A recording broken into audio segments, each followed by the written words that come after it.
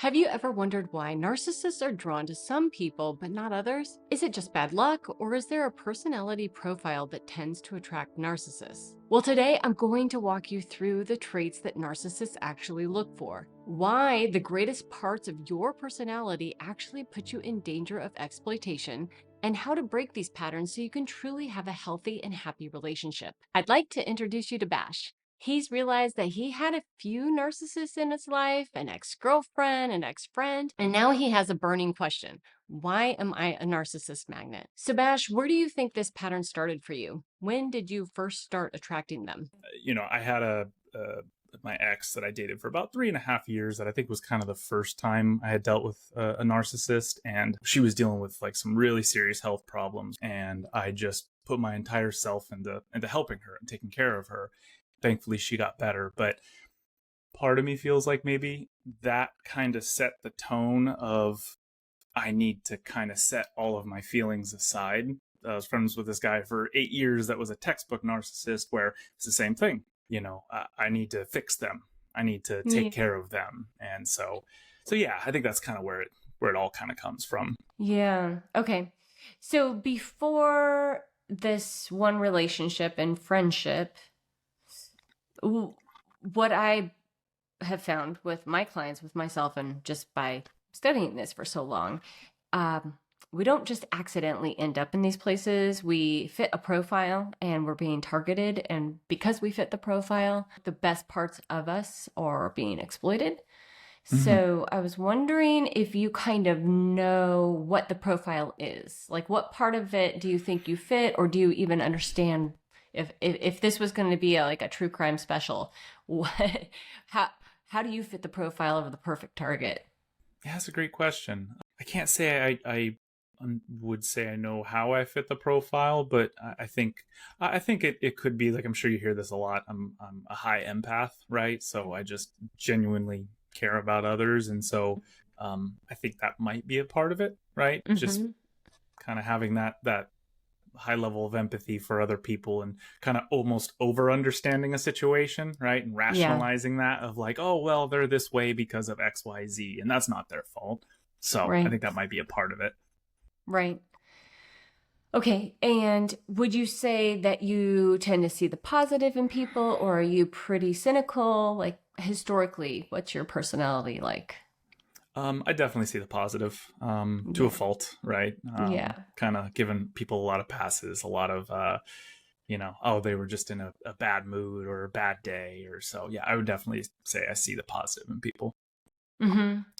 Has this changed that? I would say it's made me a little bit more guarded, right? A little bit Mm-hmm. more just aware of the situation. If you are a kid that believes that you need to be smart, um, to be loved or to belong or to be accepted, do you think that strategy is related to what you were doing when she got sick?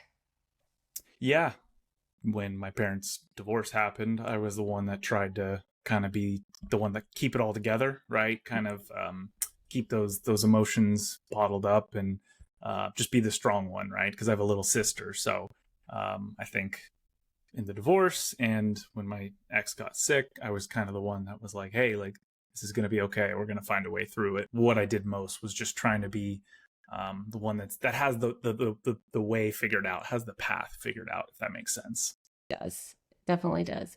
So I want to reflect back to you because my original question was, why do you think you attract these people? When you are a person that is willing to shoulder other people's responsibilities, that's willing to carry the burden for others, that's willing to be rational, intelligent, also optimistic, you have basically made yourself into a very, very attractive container for someone who wants to use you. Mhm. Right. Right. Yeah, no, I mean, I could definitely see that. Um, I also think just uh, being the person that has always been encouraging, I think I now Yes. realize is a textbook narcissistic supply, right? Yeah, yeah, encouraging. So it's basically like the way I think about it is like if you're willing to give and give and give and give and not requiring a fair compensation, that Hmm. that is the equation that actually depletes your self-worth, but that's also the equation of giving narcissistic apply needing nothing, giving narcissistic apply needing nothing. That's what keeps you in that bond. Right. So if you think about this like a spending problem, um, most of the people that I've ever worked with, including myself, that have found themselves in narcissistic relationships are people that overspend, overgive, under earn in every relationship. They don't earn enough back. They don't ask for enough back, right? So it's this outward giving and not receiving and tolerating the not receiving Mm. that that is that is the counterpart. That is what fits this dysfunction. Mm. So what would it look like to not fit that? I mean, when you have somebody who's sick, that's really difficult, really, really difficult to look at. And I think there are times where you're not going to have a fair distribution. You're not going to have like a regenerative kind of relationship. It will be like when you have little kids, like there are times where you're just giving, giving, giving, giving. You're not going to be receiving. And that's okay. To me, it's less important. Is she a narcissist? Is she not? That is not the important part. What's important is your ability to be manipulated and the harm that you were willing to endure for too long. So I think the important word here is enabling and understanding the difference, like what is enabling there. If you look at your relationship through that lens, so if she's being rude to you, if she's being unkind to you, if she's doing this, enabling is basically making excuses for that, not giving the true consequences or not making them have to live with the true consequences of what they have done. What what else am I still carrying over, right? Like Right, that's my biggest right. worry is like, what emotions inside of me are just kind of just baggage. With my girlfriend now, who's absolutely amazing. I was waiting to tell her something that wasn't too big of a deal, but I was just so worried about how she was going to react. I was so worried that she was going to be upset. Mind you, she's never really been, she's not one to get upset about things, but in my previous relationship, it was like that where, Yeah. I would say something that she wouldn't want to hear and she would blow up or give me, be upset and, just walking on eggshells. And so, Emotionally punish. Yeah, exactly. mm-hmm, Hmm. mm-hmm. And so it was like I waited a whole week to tell her this thing and I finally told her and she goes, "Oh, okay." And I was just like, I've been stressing about that for a whole week and it was fine. And she was accepting and loving. And so I'm like, man, okay. Yeah. So if you were going to name that emotion, what do you think stopped you from saying it? What kept you from saying it I for mean, a I would week? say it was just anxiety. Hmm. So do It you was think that's the, fear, anger, shame, or sadness? I would say fear, Yeah, I fear think it's of, fear. yeah, the reaction, right? Hmm. I don't want to tell them this thing because when I tell them this thing, there's going to be conflict and I don't want to have to deal with that conflict. Um, Yeah. so, Yeah. not that conflict, I'm a manager by profession, so I kind of deal with conflict all the time, but it's a different level of conflict where, I feel like there's no resolution to it. It's just they're upset and there's no way I can bring them back down. Um, so yeah, I think that's the best way. So, what does it feel like to be responsible for bringing somebody back down if they're upset? What does that feel like to you? Big exhale. Yeah. Feels like that. Uh-huh. Yep. Um, it well, I'll just use an example. Yeah. When I was dealing with my friend, who, I don't really speak to anymore, one of the last kind of fights we got into, it was like he had texted me about something and man, I saw the text come through and the anxiety in me just peaked, right? Like it was, It was the fight or flight reaction where my heart just started racing and I was just almost physically being crippled by anxiety. Again, not because I'm scared to deal with conflict, but because this person can just be so irrational that, it was just like, oh man, here we go again. When your parents got divorced, your mom moved to Hawaii, how much did that feel the same? Did it feel like things were out of control? Did it feel like you didn't know how to fix it? Yeah, I think that's a great comparison, because it was a situation where it was just like, I don't know how to bring this all back together. So yeah. Right. So that's the thing like kids do. And I'm very aware of this. I got a divorce and very, very aware of it that kids take it upon themselves to try to fix the thing. They think it's their fault. They think they're Right. also powerful enough to fix it, right? So of course you did. Even as a teenager, you didn't know any better. So of course you did. And yeah, I think it's an interesting thing to look at because, I come from it's just crazy background. A lot of my clients do, but yours is like, plodding along good enough. And then there's this break. There was like a traumatic event called a divorce. For most kids, that's a very traumatic event, even if it's peaceful. But it's like Right. a severance, yeah? So if you adopted this idea that it's my responsibility to fix it, even if I can't, or it's my responsibility to fix other people's feelings, is almost what I'm hearing you talk about with your relationships. Or even a week ago or 2 weeks ago when you didn't want to bring something up. It's like, if I bring it up, then I'm going to have to fix it. Right. Right. Yeah. Yeah. That's pretty spot on. Going back to the profile of why you attract men, why you're a narcissist magnet, is the conflict avoidance. That right there, if you could work on one thing, you'd have to be able to really hone that and understand that.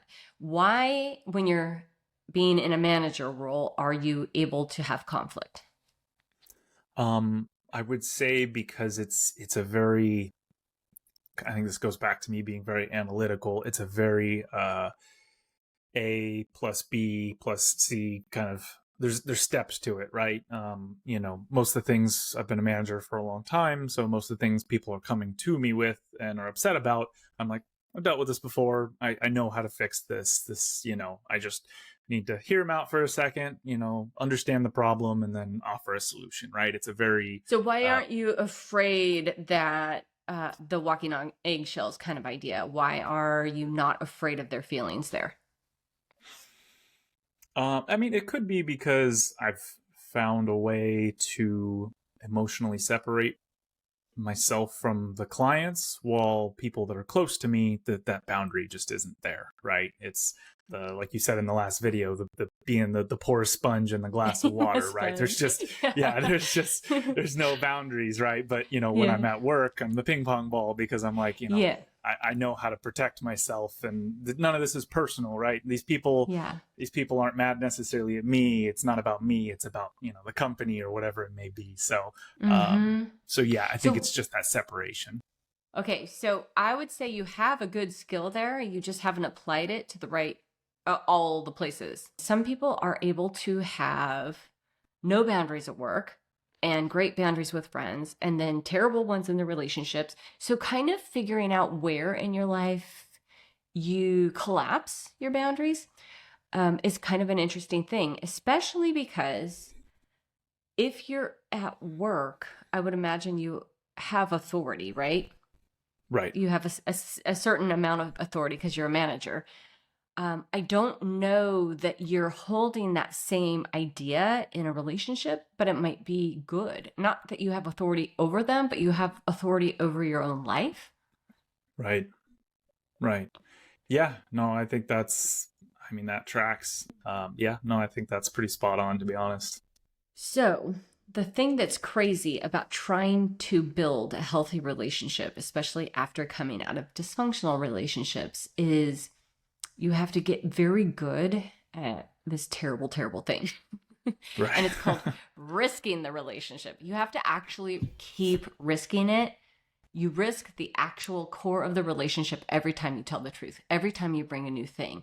And over Mm, time, oh my God, it's so scary. But mm, over time, that's how you find out if you have the stuff that's needed. When you're not willing to risk the relationship, basically you're doing that enabling thing. I'm going to not tell you about this because I don't want to have the conflict and I don't want to know if this is going to blow us up. So you're actually carrying all the consequences inside of yourself instead of risking getting to know the person, being willing to blow it up or not because you'd rather deal with the real. right.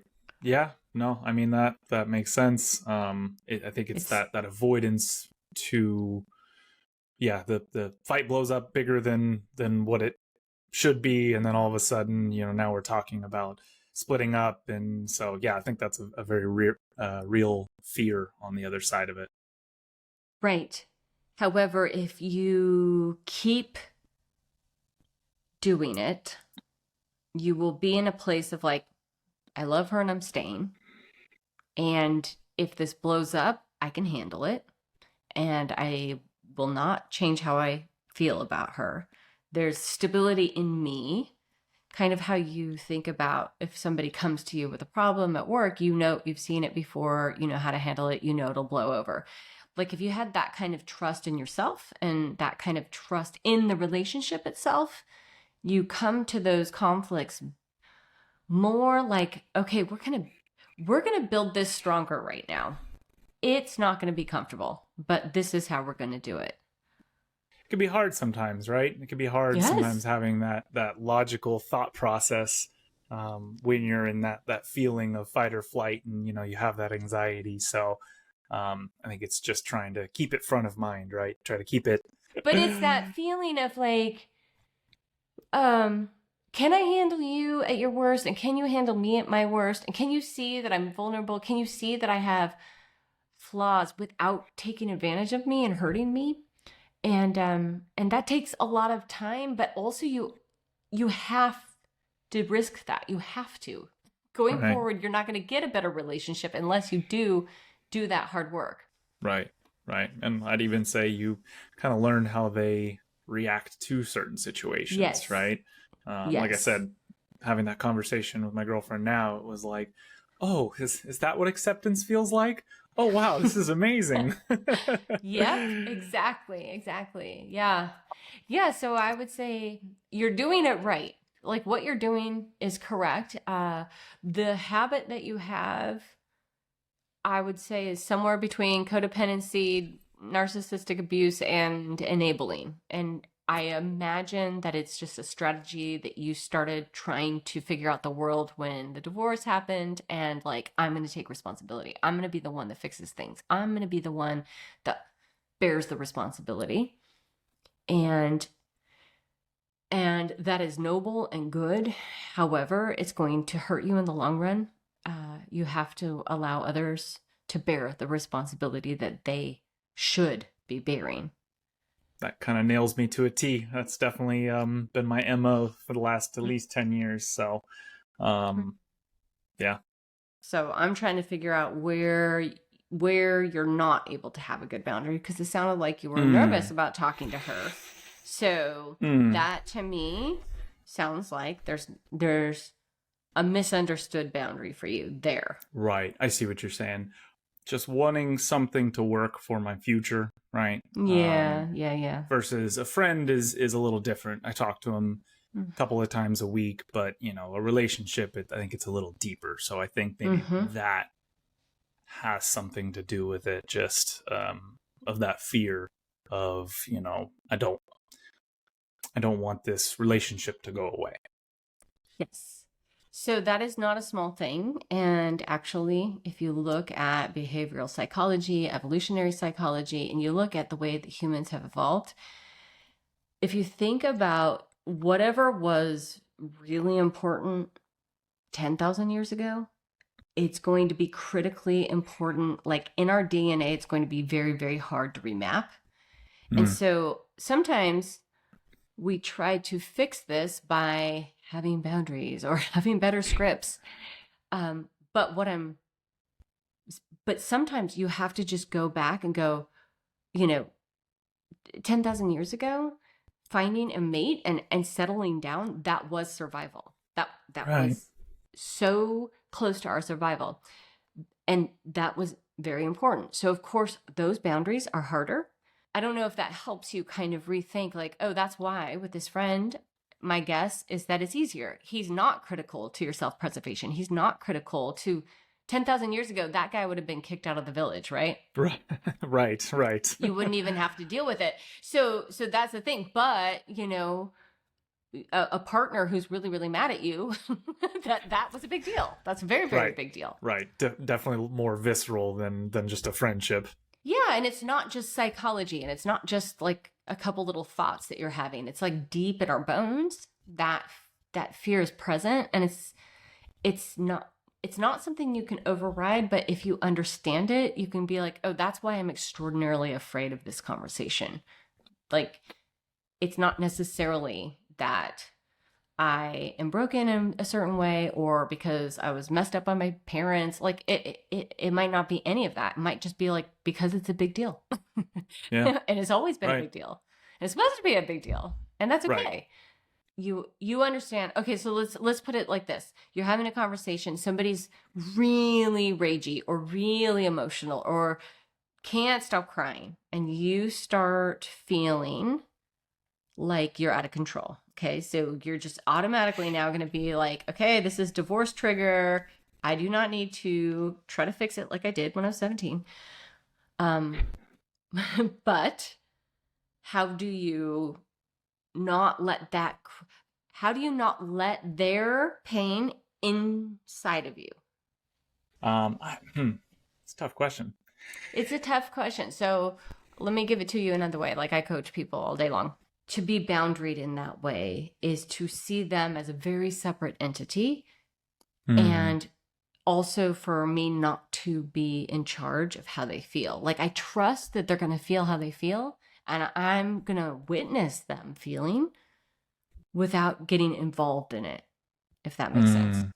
So just kind of like creating that, willfully creating that separation within your own feelings. Yes, but you can be very empathetic and witness. So I think that's the word that I kind of use all day, every day. But even in my family, I am here to observe and be a really compassionate observer. However, when I start feeling responsible to fix or hold somebody's feelings, that's where resentment can build up. That's where guilt can build up. That's where the boundaries have been crossed, right? So I have my own feelings. You have your own feelings. And we should be able to observe each other and allow each other to have these feelings. Right. Okay. But it sounds like you have to be very intentional with it. It sounds like that needs to be kind of a plan going into it, right? Boundaries are easy with me with work because that's what I do. It's not It's not like in that old 10,000 year old DNA in me, right? Me and my daughter, no. It's like hardwired. Yeah. It's really hard. So the people that are the closest to me, it's harder, and it's like that for everybody. So if she's upset, I have to work so hard to not be upset with her. I have to work so hard to be able to honor her, like give her permission to feel her own feeling, and I will sit with you, but I'm not going to jump into that pool, but I'm going to watch you swim in it if you want me to. Right. But just not feeling the need to dive into the pool and pull her out. Right. Because a lot of times they don't want to be. And especially when you have somebody that's really upset, they want to be upset for however long they need to be upset for, right? Right. Even if they're really mad at you. Like, when you love someone, you have to honor, like, they have the right to their own feelings. And to not interfere with that, and to not try to take that away from them or shorten it or fix it or change it, that's true trust in another person. I can say this now, like, yeah, that sounds great, but yeah, I have to make sure I do it. Yeah, you have to practice it, but I mean, you can't practice it if you don't know the goal. Hmm. So, before, if you had the goal of fixing things for people, well, that's a strategy, and it got you into some trouble and a lot of pain. And it unfortunately creates opening for people that aren't going to have good intentions for you. Right. This other one is, I have my own feelings, you have your own feelings. We're both entitled to our feelings. Neither of us have to fix each other. But I do want to know your feelings. And I'm okay with that. That's a different goal. That's a different strategy. And I don't think you walk around like that with everybody on earth. I think that's the goal within family structures or within really close friendships or relationships. That is the structure. Right. Like, you don't want to do that with your, if you're managing a team of 60, you don't, that would be exhausting to try to be there for everybody's feelings, right? Yeah, absolutely. So it's just like the people closest to you, the ones that matter most, the ones that are going to be the hardest. So I have this image of Teflon. Anytime I start feeling responsible for my daughter or my husband, I think of a Teflon pan and how it's a nonstick surface. And that's what I feel like I'm energetically holding up. And it's nonstick, and it comes and it just falls off, and it comes and it falls off. And my only job is just to hold the pan there. Yeah, that's powerful. That's a good way of thinking about it. I hope you found value in this session. Each person's story is unique, but the more you learn, the more you can spot patterns. So click this video to see another behind the scenes view of a live one-to-one coaching call with Erin, who's trying to figure out who to trust and how to trust after healing from a narcissistic relationship.